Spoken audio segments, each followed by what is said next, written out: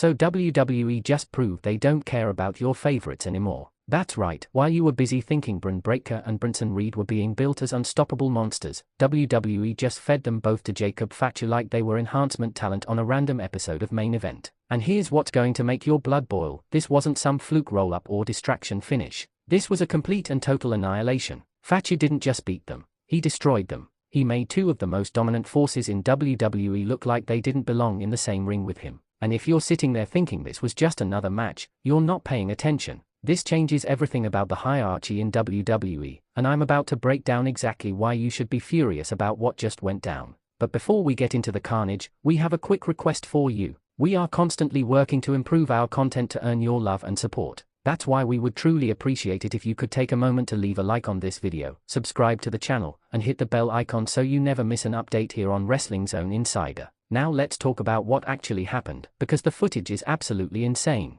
Jacob Fatu, the Samoan werewolf himself, walked into this confrontation with the kind of intensity that makes the hair on your arm stand up. We're talking about a man who moves like a cruiserweight but hits like a freight train. And Bron Breakker, the second-generation powerhouse who's been tearing through opponents with that devastating spear, he got launched. I'm not exaggerating. Fatu caught him mid-charge and turned him inside out with a Samoan drop that echoed through the arena. The impact was so violent that you could see Breakker's soul leave his body for a split second. And then there's Bronson Reed. Big Bronson Reed, the man who's been tsunami splashing his way through the roster like his Barnes eye drop incarnate. The 300+ pound behemoth who's supposed to be immovable. Guess what? Fatu moved him. Not only did he move him, he ragdolled him. We're talking about a pop-up Samoan drop on a man that size. The physics shouldn't even allow it, but Fatu made it look easy. He made it look like Reed was a practice dummy. And the disrespect? Off the charts. Here's the trivia question for you. Drop your answer in the comments. Before joining WWE, what was Jacob Fatu's signature finishing move in Major League Wrestling? Let's see who the real wrestling historians are in this comment section.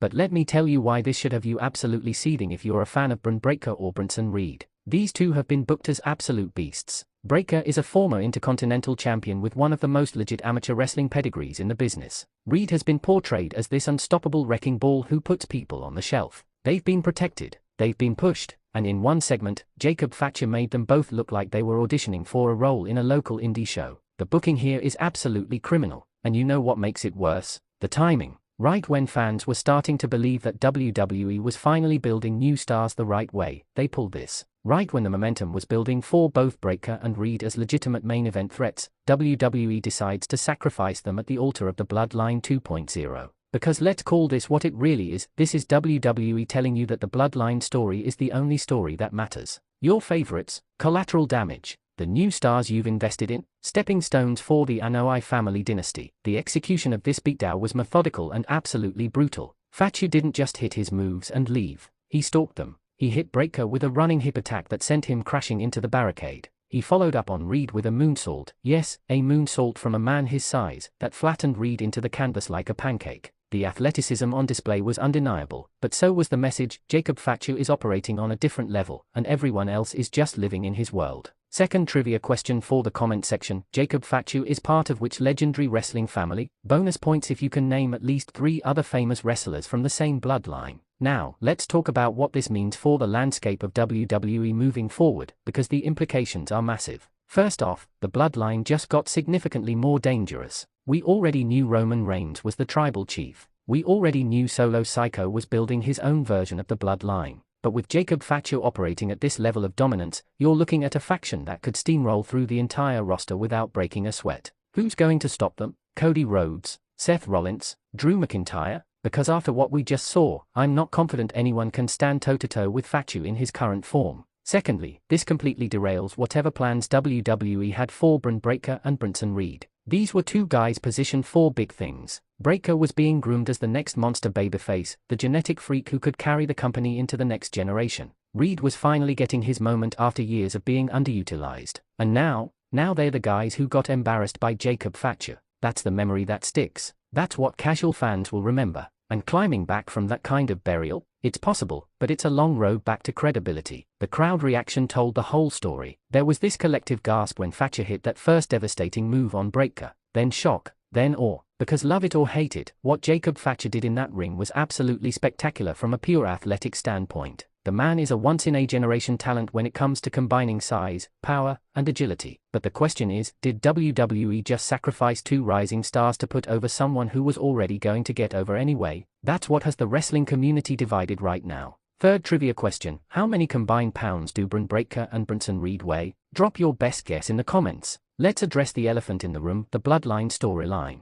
It's been going on 4 years now. And while it's been compelling, while it's been ratings gold, at what point does it become too much? At what point are we sacrificing the rest of the roster just to keep this one storyline going? Because that's exactly what this feels like. WWE is so committed to the Bloodline narrative that they are willing to throw everyone else under the bus to maintain it. And sure, it works in the short term. But what happens when this story finally ends? What's left? A roster full of stars who've been made to look weak in comparison? We have a quick request for you. We are constantly working to improve our content to earn your love and support. That's why we would truly appreciate it if you could take a moment to leave a like on this video, subscribe to the channel, and hit the bell icon so you never miss an update here on Wrestling Zone Insider. The technical execution of Fatu's offense deserves recognition though. His timing is perfect. His impact is real. There's nothing soft about what he does in that ring. When he hits a superkick, you feel it through the screen. When he launches himself off the top rope, you hold your breath because you know someone's about to get hurt. That authenticity is what makes him so compelling to watch, even when you disagree with the booking decisions around him.